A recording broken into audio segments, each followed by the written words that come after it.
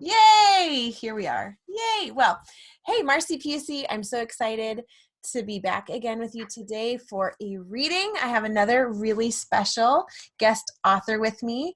I got to work with her a little bit as she was getting her book put together, and it's such a fun story. So I was really excited to invite her to come join us today. So whatever you're doing, if this is, your break in the day or before a nap or so mama can eat, welcome.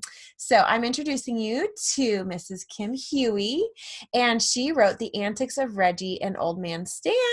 And I'm so excited. I've got Barnabas here with me today, and I'm surrounded by all the, oh, this one's really heavy. I've got all husky. I've got all the things for my little daughter's room, sitting here all cozy for the story time. So I'm excited. So without further ado, here's Mrs. Kim Hughey. Welcome. Hi, how are you?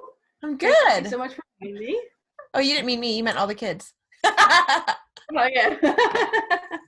They're good. Hi, everyone. How are you? I hope you're having a good day so far.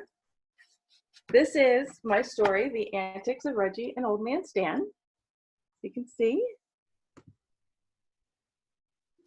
And this is illustrated by Elena Kochetova from Kiev, Ukraine. And here we go. For the dedication, this book is dedicated to all my family and friends who have helped bring this story to life. I have learned so much from each of you through this whole process. Without your input and advice and knowledge and support, I think I would still be at square one. Reggie yawned with a tiny squeak and stretched his wings as the morning sun rose over his nest. Time to eat, he thought, as his stomach grumbled. Seconds later, he was off to his favorite meal of fish from the cool, salty ocean. After breakfast, he met up with his gull buddies, or gullies, for some squawks. Then it was off to the beach where he would snatch everything he could from the beachgoers for most of the day.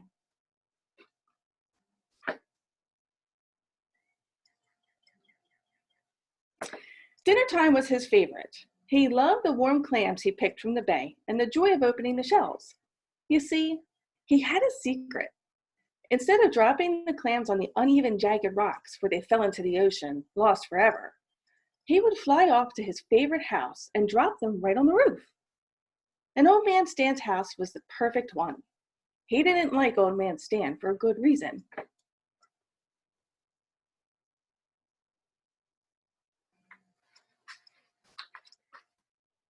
They had met at an outdoor restaurant, and Stan had the most delicious-looking fish sandwich that Reggie just had to have. He told his buddies to watch and learn, and when Old Man Stan wasn't looking, Reggie did his signature swoop to get his prize meal, when out of nowhere, whack! Old Man Stan put his arm up to block the intruder, and Reggie flew into it head first at full speed.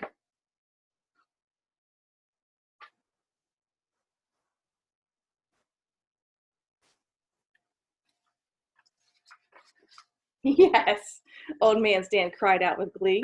I got him. Did you see that? That just made my night, you dumb bird. You can't get my food that easy. When Reggie shook off the hit, he realized he was about 20 feet from the table and saw Old Man Stan peering down at him. I've never seen anything like that on a seagull before, Stan said to the waiter, referring to the black triangle shape on Reggie's neck. Yeah, me either, said the waiter, as Reggie scrambled to fly away, still shaken from the hit.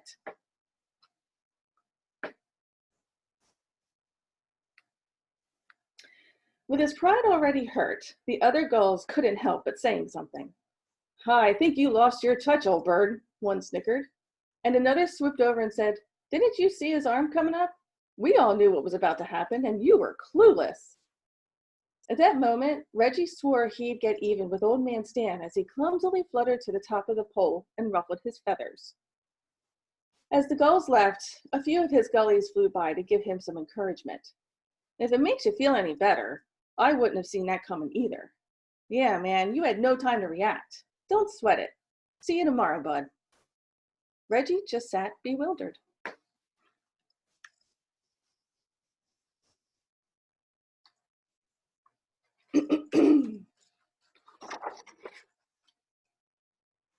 Have a good night, Stan. Same time tomorrow, said the waiter, waving goodbye to the regular. Yep, have a good night. And Stan started his walk home. Wait, he's walking home. Reggie thought, now's my chance to get even. As Stan walked a few blocks to his Bayside home, Reggie followed him like a drone in stealth mode. And Reggie began to plan.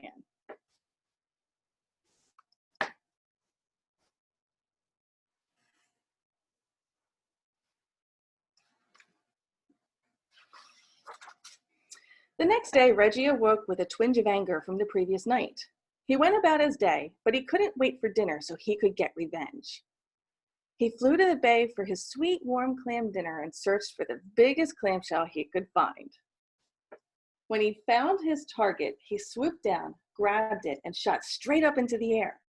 As he flew across Stan's roof, he let the clam go. It whistled through the air, screaming in fear, and it made the loudest bang Reggie had ever heard. Success, he thought as he flew onto the roof to retrieve his satisfying meal. Old Man Stan flew out of his house, not knowing what just happened. When he saw Reggie coming in for another round, he recognized the triangle on the bird's throat.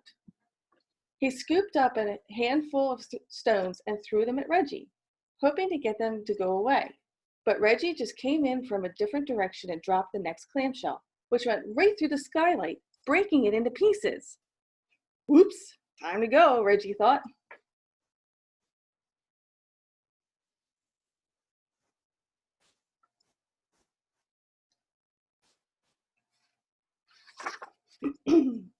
The next evening, Reggie flew to Old Man Stan's and dropped his first clam of the day.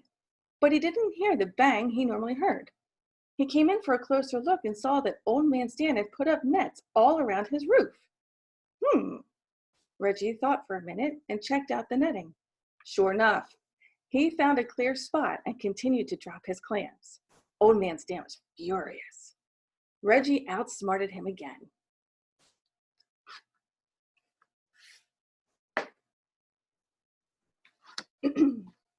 Over the weekend, Reggie and his buddies flew to the neighboring town to visit with friends. When Reggie returned for his Sunday dinner, he noticed the nets were gone. That's odd, he thought, as he dropped his clam as usual. Reggie couldn't believe his eyes. His clam bounced! Not once, but 3 times, and rolled off into the shrubs. What just happened? Reggie wondered. He landed on the roof and sank a bit with each step.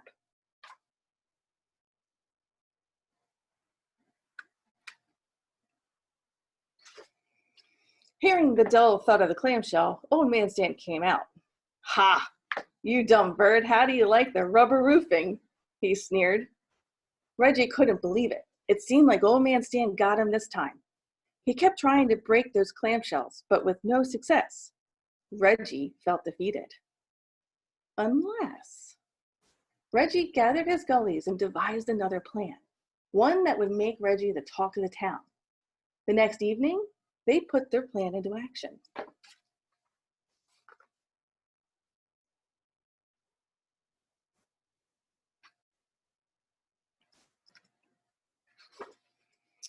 Reggie knew Old Man Stan would be on his way to the restaurant, so he called his gullies together and they took their positions. As soon as Stan walked in front of the restaurant, Reggie gave the sign, and the gullies swooped in like a ballet of birds over Stan's head and pooped all over him. It all came down on him like a waterfall. Those around quickly got out their phones to video Stan's unfortunate situation. Meanwhile, Old Man Stan couldn't run for cover through the restaurant doors fast enough. Old Man Stan was angry, embarrassed, and covered in fishy smelling goo. Ugh.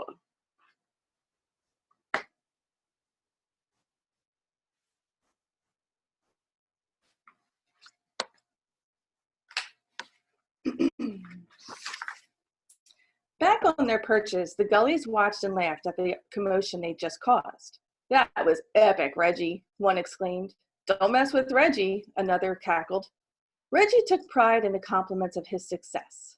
Come on, gulls, we're not done yet. Let's go grab dinner. They flew to the bay to retrieve their dinner and went straight to Old Man Stan's and demolished his beautiful patio. Reggie waited for Stan to come home so he could see the old man's reaction. Stan would be home from the restaurant any minute. A few minutes after Old Man Stan got home, he walked out the sliding glass door, trying to make sense of all the mess. He looked up and made eye contact with Reggie. It became an old Western stare down. Eventually, Reggie got bored and flew off, the winner of the night. Old Man Stan stewed over all that happened in such a short period of time. He was mad and humiliated, but he knew what he had to do to end this.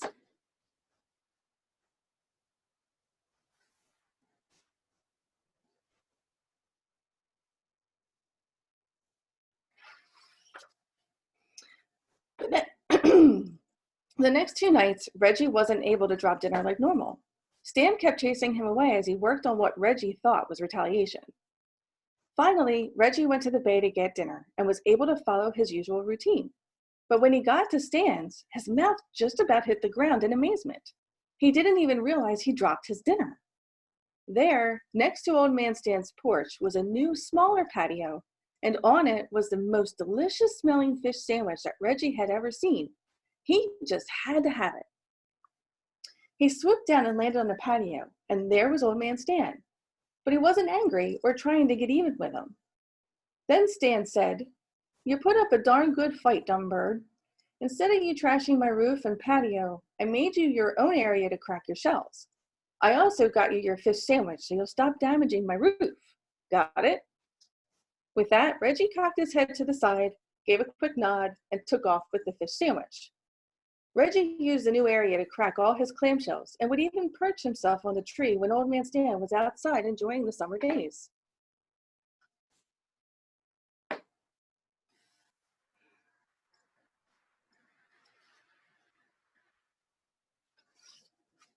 One evening, just before he took off to get his dinner, out of nowhere, Reggie's gullies swooped down and started bombarding the patio like their good pal taught them. This time, not only was Old Man Stan angry, but so was Reggie. He chased those birds, squawking at them as loud as could be, and Old Man Stan knew Reggie had changed. When Reggie caught up to his gullies, he yelled, "You stay away from that roof if you know what's good for you." The birds looked at him in shock and said, "But we're doing what you told us to do. We don't get it." Reggie explained how he and Old Man Stan made a silent pact and respect each other's boundaries now. "Sorry, Reg. We thought we were helping you. We get it. We'll just go find another roof. Doesn't matter to us." "That's fine, but not Stan's house. Not anymore," Reggie said. And the birds flew off to find another roof to mess with.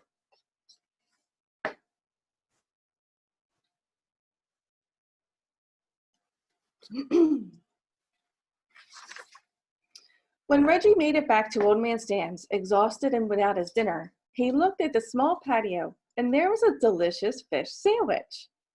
He cocked his head and looked at Old Man Stan as if to say thank you. And Old Man Stan said, "You put up a darn good fight, dumb bird. Now eat your dinner. You deserve it." The end.